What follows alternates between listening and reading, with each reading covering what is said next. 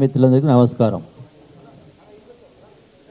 నేను హరీష్ రావుకు 4 పేజీలు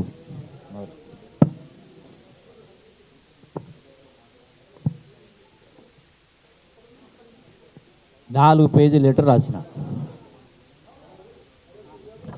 కల్వకుంట్ల చంద్రశేఖరరావు గారికి 4 పేజీల లెటర్ రాసిన. తారక రామారావు గారికి 4 పేజీల లెటర్ రాసిన. 3 కుర్చీలు వేసిన. కేసీఆర్, కేటీఆర్, హరీష్ రావు.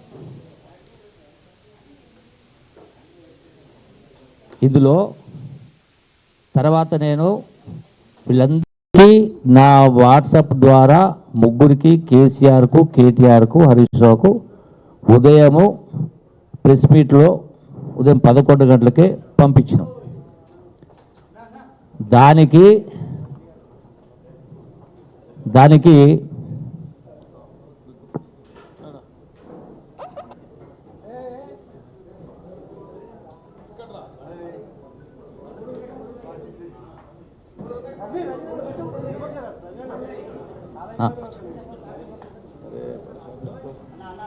అయితే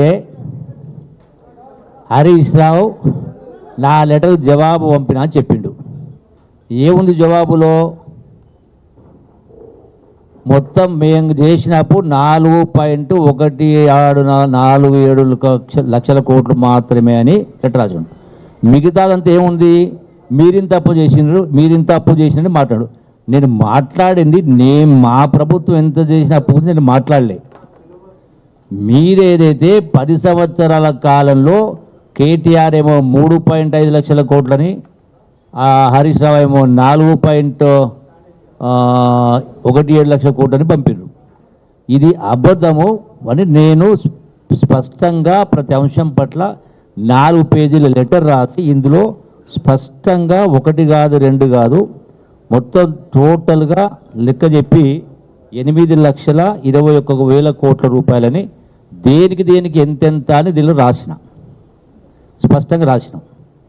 ప్రతి అంశం పట్ల టోటల్గా విడమరిచి విశదీకరించి మీ చేసిన అప్పులు, మీరు పెట్టిపోయిన బకాయిలు మొత్తం కలిపి 8,21,000 కోట్లను రాసినాం.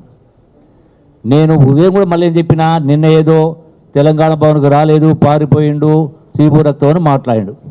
మా ఇంట వంట లేదు, నేను ఎక్కడ కూడా ఏ విషయంలో కాంప్రమైజ్ కాదు అని చెప్పి ఉదయం 11 నేను నా దానికి కట్టుబడి ఉన్నా. ఇలా సాయంకాలం 4 గంటలకు ఇదే ప్రెస్ క్లబ్లో ఇక్కడికి రమ్మని ఆహ్వానించినాం. ఎందుకు రాలేదని అడుగుతున్నా. నీవు పంపించిన సొల్లు కబురు, సొల్లు పురాణం, నేను అడిగిన దానికి జవాబు చెప్పకుండా ఇది కూడా మీకు పంపిస్తా. మీరు కూడా నేను పంపిన లెటర్ను, ఆయన పంపిన లెటర్ను మీరు చదివి దీనిపైన మీ విశ్లేషణ రాయండి. నేను అడిగిన దానికి సమాధానం చెప్పకుండా దాటేసి మేము 4.17 లక్షల కోట్లు అంటే నేను ఎప్పుడెప్పుడు దేనికి ఎంత అని చెప్పి రాసినప్పుడు దానికి అదే విధంగా సమాధానం రాయాలి కదా.